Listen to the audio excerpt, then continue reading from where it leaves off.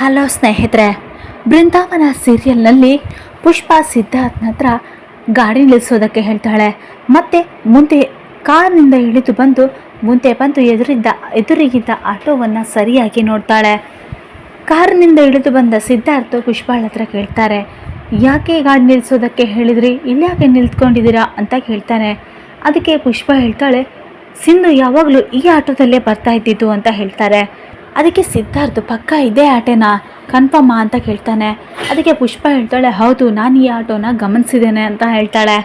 ಸಿದ್ಧಾರ್ಥ್ ಆ ಆಟೋನ ನೋಡಿದ ನಂತರ ಹೇಳ್ತಾನೆ, ಹಾಗಿದ್ರೆ ಇಲ್ಲೇ ಎಲ್ಲೋ ಇದ್ದಾರೆ ಅಂತ ಸಿದ್ಧಾರ್ಥ್ ಪುಷ್ಪಾಳಿಗೆ ಹೇಳ್ತಾರೆ. ಅಲ್ಲಿ ಒಂದು ಮನೆ ಹತ್ರ ನೋಡ್ತಾರೆ, ಇಲ್ಲೇ ಯಾವುದಾದ್ರೂ ಮನೇಲಿರ್ಬೋದು ಅಂತ ಹೇಳ್ತಾರೆ. ಆವಾಗ ಪುಷ್ಪ ಒಂದು ಮನೆಯ ಕಡೆ ನೋಡಿದಾಗ ಅಲ್ಲಿ ಸಿಂಧು ಚಪ್ಪಲಿ ಕೆಳಗೆ ಬಿತ್ತಿರೋದು ಕಾಣಿಸುತ್ತೆ.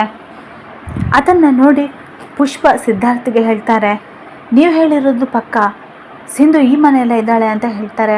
ಅದಕ್ಕೆ ಸಿದ್ಧಾರ್ಥ್ ಹೇಳ್ತಾರೆ, ಯಾಕೆ, ಅದು ಹೇಗೆ ಹೇಳ್ತೀರಾ ನೀವು ಅಂತ ಕೇಳಿದಾಗ ಪುಷ್ಪ ಹೇಳ್ತಾರೆ, ಇಲ್ಲಿ ನೋಡಿ, ಸಿಂಧು ಚಪ್ಪಲಿ ಇಲ್ಲೇ ಇದೆ ಅಂತ.